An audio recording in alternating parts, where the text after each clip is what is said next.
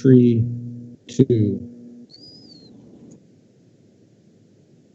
And welcome back to Miniature Dragon Comic Review, coming to you live from Seattle, Washington. Some of us are driving around Seattle, Washington. Some of us are just sitting still in a car in Seattle, Washington. We will. That's what I'm talking about. We will hear a weird laughing voice in the background if we do our job right, as we have half a person on the show with us today, or I don't know how to do that. If it's just a voice. But anyways, welcome Woody and Alex back to the show, our comic gurus for the evening, and we're going to do the other half of Green Valley, which I just want to let you know, Woody, I find very redundant because we already did the art, the storyline, the lettering, and I don't think it changed from the first set, but it did not. Did you find anything about like how this book got started? Like, you didn't cover that last time, so I'm just wondering. Well, I mean, kind of did. I mean, we talked about Max Landis, the creator of the series. I mean, I don't know how he made the connections in the industry, but I mean, this was his first comic series that he did. And but why this story? Was there any story behind it? Like, if I go on Wiki with most of our comic books, there's like a little backstory about how it came about. That's why I'm asking. Well, then apparently I've come unprepared. Gosh darn it! I thought I was going to be at home recording this episode. But you know, I mean, well, we were at Ace Comic Con today, so that there you go. You know, I think it's probably what you're going to find is that it's very much like it is for me, where somewhere along the line a germ of an idea kicks in, and then you pull the thread, and you suddenly got the story you get passionate about. You know, because like this guy has hundreds of stories in his head. Why did he pick this one? You know. Probably was just something he loved about it, and I think that's how any of these things get made, is that there's something that the writer feels passionate about, and they feel they've got a good story. Well, I mean, duh.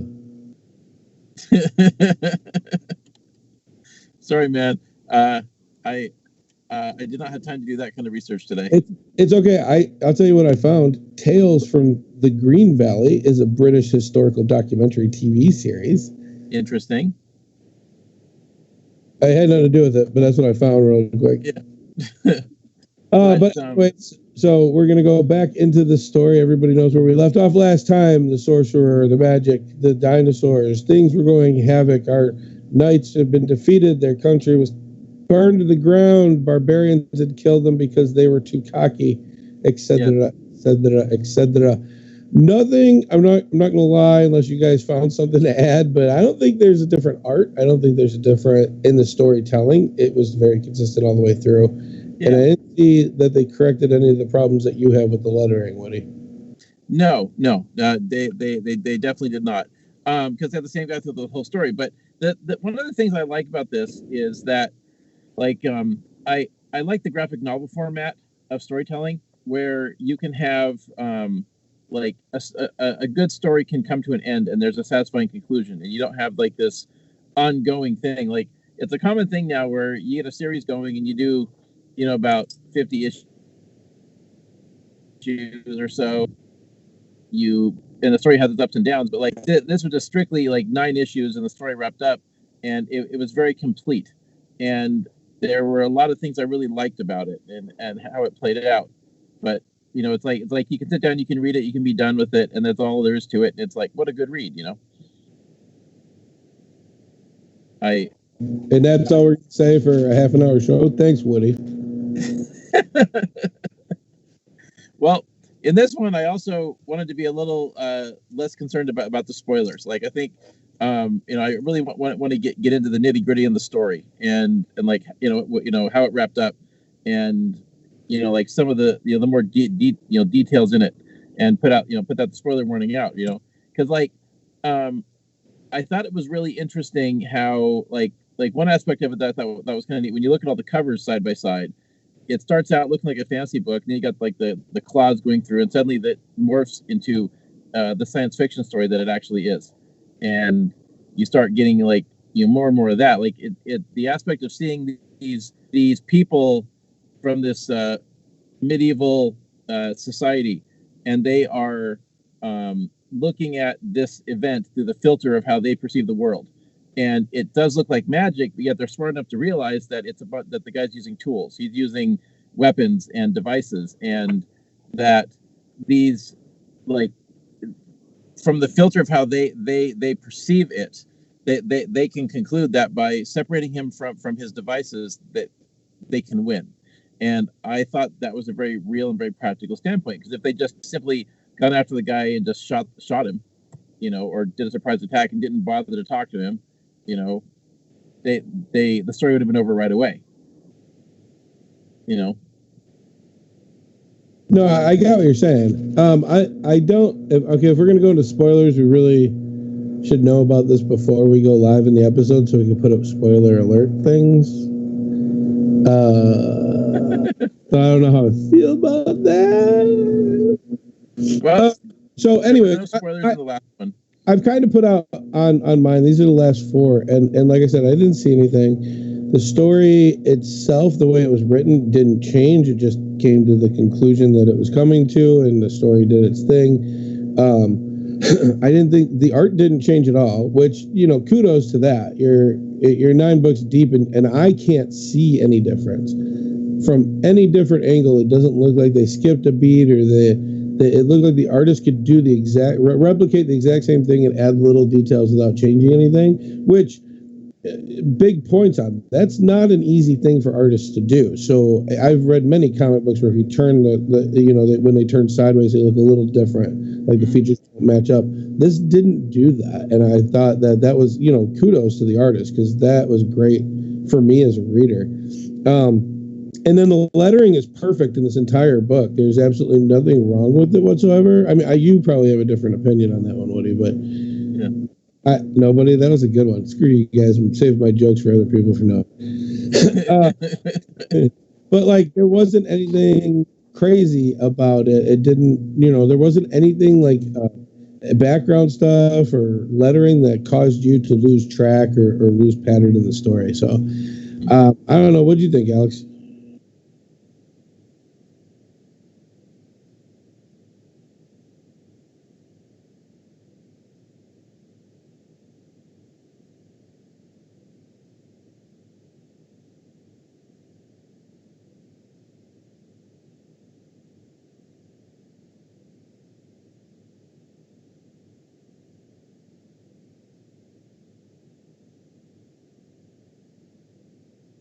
Mm-hmm. Yeah.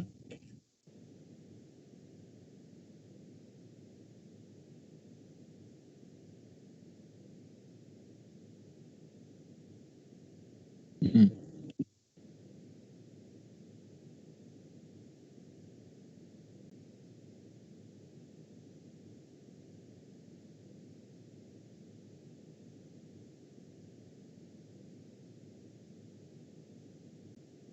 Yeah.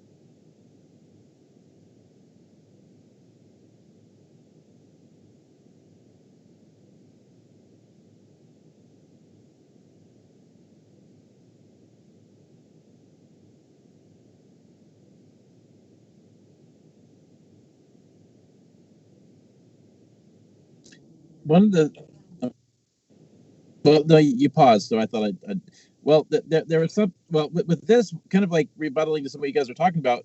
One of the aspects of the artwork, which is nice about a book like this, is that frequently you're making a book, you're on a schedule, right? Like you're on a monthly, and you have to get the books out in a certain pace, and it can be struggle sometimes for an artist to produce the book, you know, an issue every month, and that's where some of the quality slips. And with something like this, I'm sure the artist had all the time that he needed to deliver everything perfect, because nothing in the book looked rushed. You know, it all looked like a lot of care was taken to the characters and how they look, and the presentation and the consistency. You know, might have taken a year to draw this whole thing. All right, I want to add that I don't like Max Landis because he helped write Blues Brothers 2000, which is a movie that should have never been made. Well, nobody's perfect. I love the movie Bright. I thought you did great on that one. I thought Bright was good. I did. I thought it could be better, but it was good. And it was the first time somebody did that. You know what I mean? Yeah. Yeah. So, like, a lot of kudos to that. But no, I'm sorry. Nothing will ever forgive what they did with Blues Brothers 2000. Yeah, this movie should never happen. You know, the original should have stayed where it was. There is something else I want to say about the comic book, though, that really did impress me, particularly on the second read. I didn't notice it as much, but like one complaint I have, like you get these superhero books, and sometimes it's like, okay, you got one scene of people doing things, another scene of people doing things, and they're all very disjointed. It just shows action, and there's no continuity and no real plan. It's just, let's just show all the cool things that are happening. And in this one, I really liked how when you had a fight, there was a consistency and a choreography to it, and how like the sequence in the previous one where they were fighting the dinosaurs, and they had to go into the log, and all the sequence of events, right, and how it all happened. And like, you know, you have this point where, you know, two of the characters are fighting each other, you know, in the finale of the story, and it's like, you know, you probably could have cut two issues out of the story completely if they didn't do that. You know, this could have easily been cut down to 7 or 8 if they were just simply showing, okay, well, here's a few key scenes of the fight, and we'll call it good. But I like that attention to detail in the continuity of what's happening in the action, because it makes you feel more immersed in it.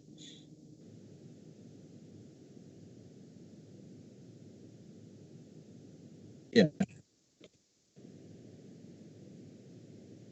Yeah.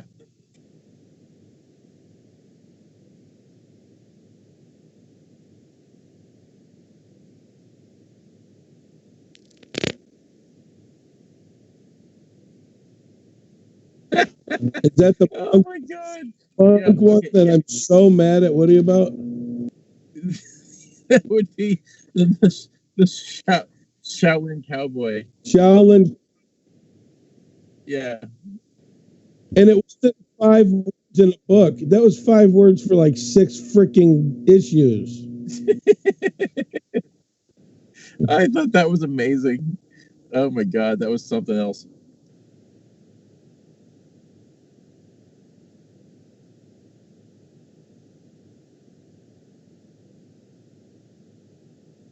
Mm-hmm.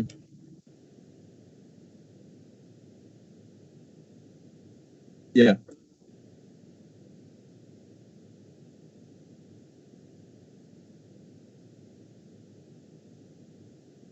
Yeah.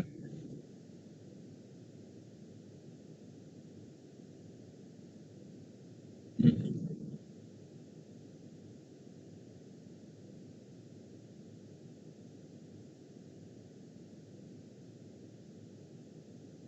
Mm-hmm.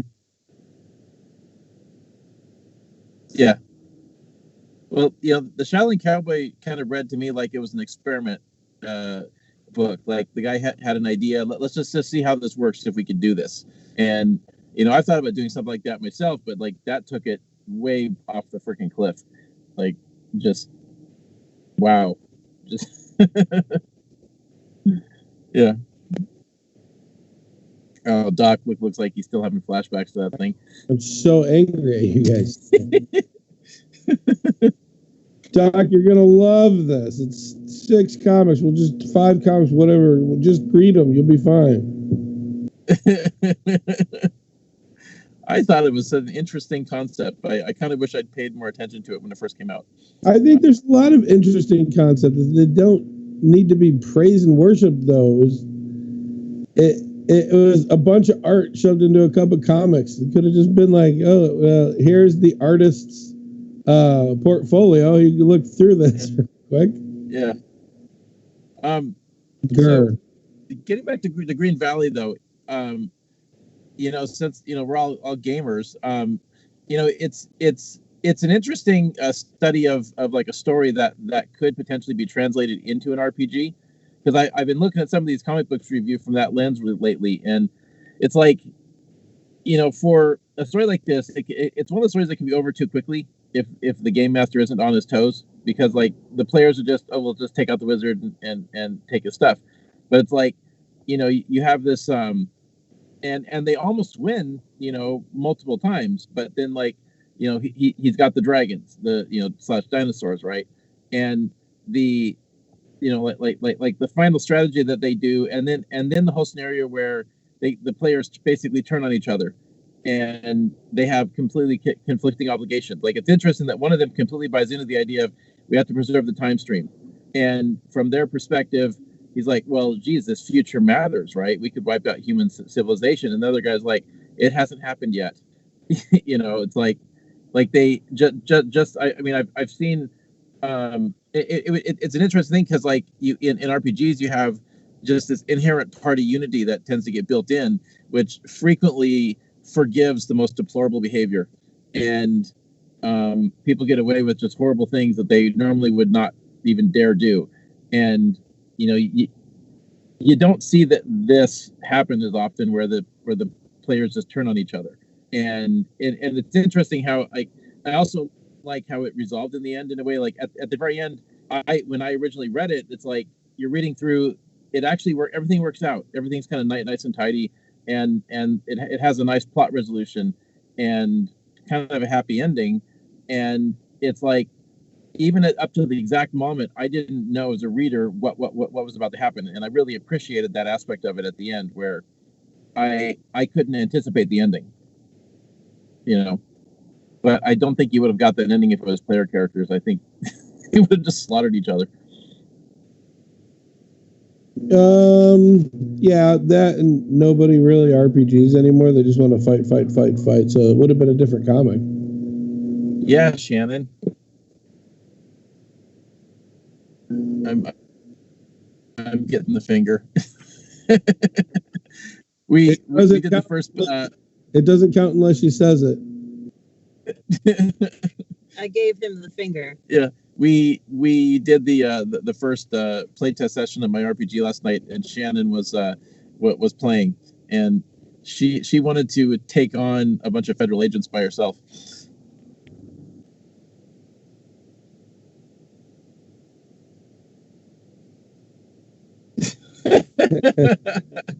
Just keep trying things until the Dark Souls is beaten. Yeah.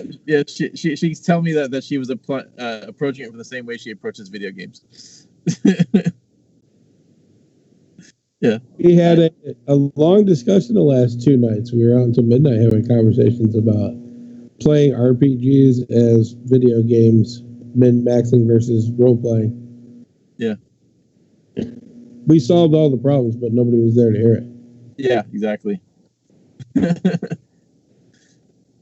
So, well, how did you guys feel about how the story concluded in Green Valley? Like, you read the first 5. Now we're reviewing the last 4. I mean, I felt like the story was too big to resolve to review in an episode. Certainly too big of a reading assignment for everybody to read 9 issues in a week. But like, I really liked how it ended, and like I kind of would like to have seen more of the future, but it was one of those things where, like, just looking at like how story structures are treated, how people, like the theory of how you write a book, and coming from a guy that's like just basically a trained screenwriter, you had it kind of felt like the hero's journey scenario, where the characters basically, they were riding high, they got crushed, they lost everything, and then had to kind of like fight their way back from the abyss. and then they did get their happy ending in the end. Like how did you guys feel about it? I do not remember them in the comic book going to an Asian massage parlor and getting any happy endings. Okay. So Well, I don't confused. No, so I mean the way it resolved, I don't know how I feel about the way it resolved. I like the middle more than I like the end. I will say that the ending is better than most of M. Night Shyamalan's the stuff. So yeah, that's a good thing. Yeah. I don't know how good because of the comparison, but I like the characters. I like the character development in the story more than I actually like the ending of it. You find out how tight some of them are, how different things are, and it depends on what version of time travel you buy into. I'll say that. Mm-hmm. Yeah, this is definitely not the MCU version of time travel. You want to learn about time travel, you need to watch Red versus Blue. I actually showed Shannon a little bit of that. She was unimpressed. What, did you start at episode 1? Yes. That's your problem. Oh, I love episode 1. It's great. Shannon, the humor in it is brilliant. It takes intelligence to get. It's comic genius. At one point, he's like, "Caboose, I'm not sure if I should tell you this because I know that you have emotional problems, and I think it'll destroy your precious little heart." And Caboose goes, "I'm an emotional time bomb." and Washington goes, "Fuck."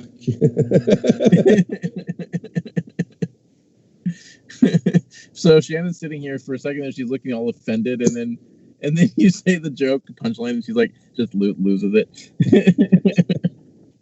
It's a good show, give it a chance. But Green Valley, yeah, it was interesting. It's hard to predict the end. I kind of felt it coming because if you pay attention to some details, it leads into it. But it's one of those things. I really enjoyed it because there's more character development. The characters change within these 9 issues, and you learn about the characters, and you don't even need to know their backstory to understand their bonds just from what happens in the story and how things are treated. Which for storytelling in comic books, that's kind of unusual. You don't really see a lot of change. Like somebody gets used to their superpowers, but they really don't have like a change of heart of stuff a lot of times. Batman doesn't just go, "Oh crap, you're right," pull out a gun and shoot somebody. I'm just saying, there'd be a lot less crime in Gotham City if Batman would just pull the trigger once in a while. Well, we didn't get Michael Keaton. We got Bruce Wayne, so yeah. No, it's one of those things, and the story itself is again not unique, but it is unique on the same story, so it does feel different than all the other ones. Again, 9 issues of a comic is really hard to get to know people in a story, and I think that was really well done, well written. Even people who write novels don't nail that, and they have 900 pages. Yeah. But outside of that, I mean, it's a good comic. It really doesn't have a lot of movement to do anything else. If they wanted to do something else with it, I think this is like a 9 and done thing, right? Yeah. No, but it doesn't need to be more. I mean, sometimes it's not to the service of the story to keep it going.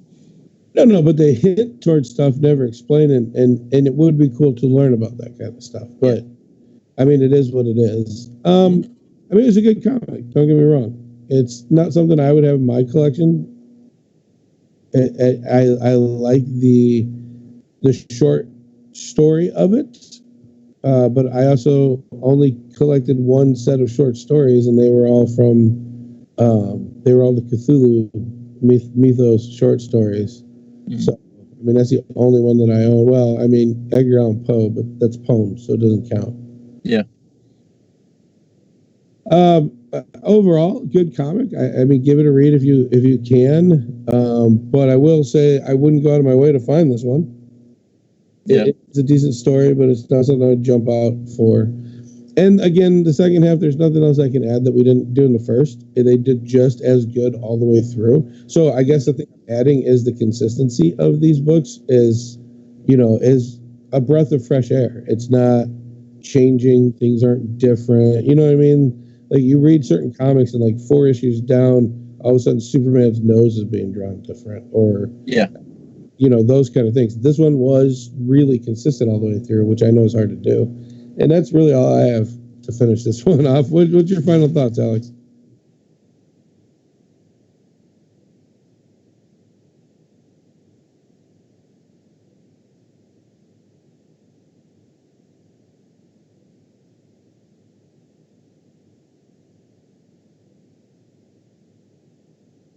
Yeah.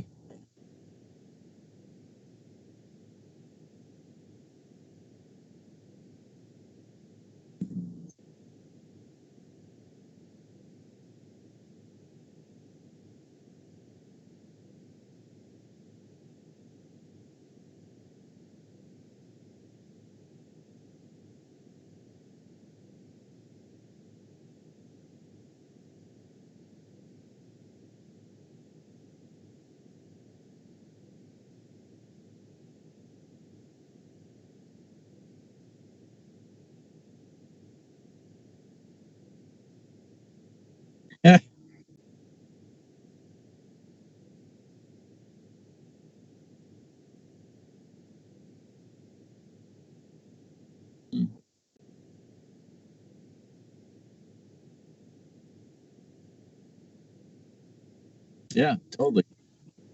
Well, like for me, it's one of those things that for me is a little slow to start, but once it got going, I was hooked. And it's like as a writer and looking at the kind of attention to detail and quality that I look for, it hit every mark. And it's one of those things where you pick up 10 books and you might find one that you really want to keep reading. And this is one that I probably would have kept reading it if there had been more. And I really think it's worth people's attention. Sounds good to me. Find out their works at miniaturedragon.com and Woody's playtest game thing. That was a dumb way of saying it. The game playtest that Woody's got for Cyber Symbiosis and other things that are on there. Come see us at Kent Cornucopia if you're in the area on July 12th through the 14th. Check out Alex, who is doing animation on his YouTube channel, Cujin Art. If you don't know how to spell it, find us on Facebook, and it's printed somewhere. And then all the stuff that I've got going on at docswands.com. Just go ahead and check that out. Aside from that, I think everybody should just read more comics, and we should all keep it nerdy, and we should all live our dreams.